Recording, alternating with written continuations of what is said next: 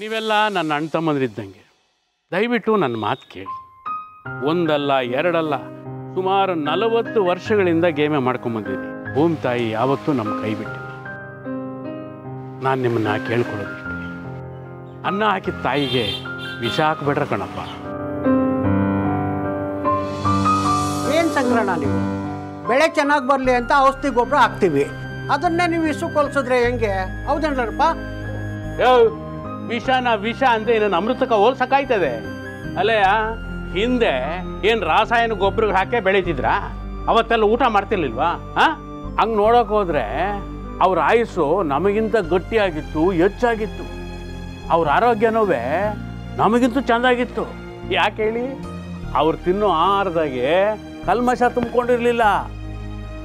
ಆದ್ರೆ ನಾವು ನಮಗೆ ಗೊತ್ತಿಲ್ಲದೆ ಗೊಬ್ಬರದ ರೂಪದಾಗೆ ಅನ್ನಕ್ಕೆ ವಿಷ ಹಾಕ್ಕೊಂಡು ದಿನ ಸಾವು ಹತ್ತಿರವಾಗ್ತಾ ಇದ್ದೀವಿ.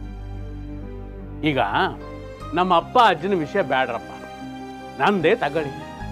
ನೀವೆಲ್ರಿಗಿಂತೂ ಒಂದು 12-15 ವರ್ಷ ದೊಡ್ಡವನು. ನಂಗಿರೋ ಕಸುವು ನಿಮ್ಗೆ ಯಾರಿಗಾದರೂ ಆಯ್ತಾ? ಸರಿ ಶಂಕರಣ್ಣ, ನಾವು ಏನು ಮಾಡೋದು ಹೇಳಿ?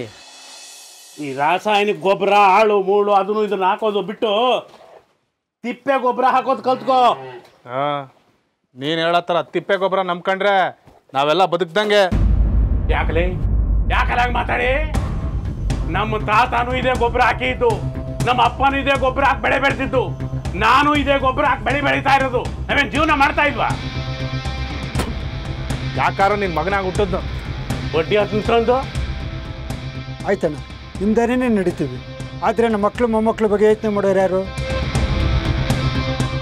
ನೀವು ಹೇಳೋ ತಿಪ್ಪೆ ಗೊಬ್ಬರ ಉಪಯೋಗಿಸಿದ್ರೆ ಏನು ಮಹಾ ಲಾಭ ಸಿಗ್ತದಣ್ಣ? ಗೊಬ್ಬರದ ಅಂಗಡಿ ಗೋವಿಂದಣ್ಣ ಹೇಳ್ದ, ರಾಸಾಯನಿಕ ಗೊಬ್ಬರ ಹಾಕಿದ್ರೆ ಇಳುವರಿ 2 ಪಟ್ಟು ಜಾಸ್ತಿ ಬರ್ತದಂತೆ, ದುಡ್ಡು ಅಷ್ಟೇ 2 ಪಟ್ಟು ಬರ್ತದೆ ಅಂದ. ಸಾಕು ನಿಲ್ಲಿಸ್ರಯ್ಯ. ಆ ಗೊಬ್ಬರದ ಅಂಗಡಿ ಗೋವಿಂದ ತನ್ನ ಬೇಳೆ ಬಯಸ್ಕೊಳ್ಳೋಕ್ಕೆ ನಿಮ್ಮನ್ನೆಲ್ಲ ಉಪಯೋಗಿಸ್ಕೊಳ್ತಾ ಇದ್ದಾನೆ.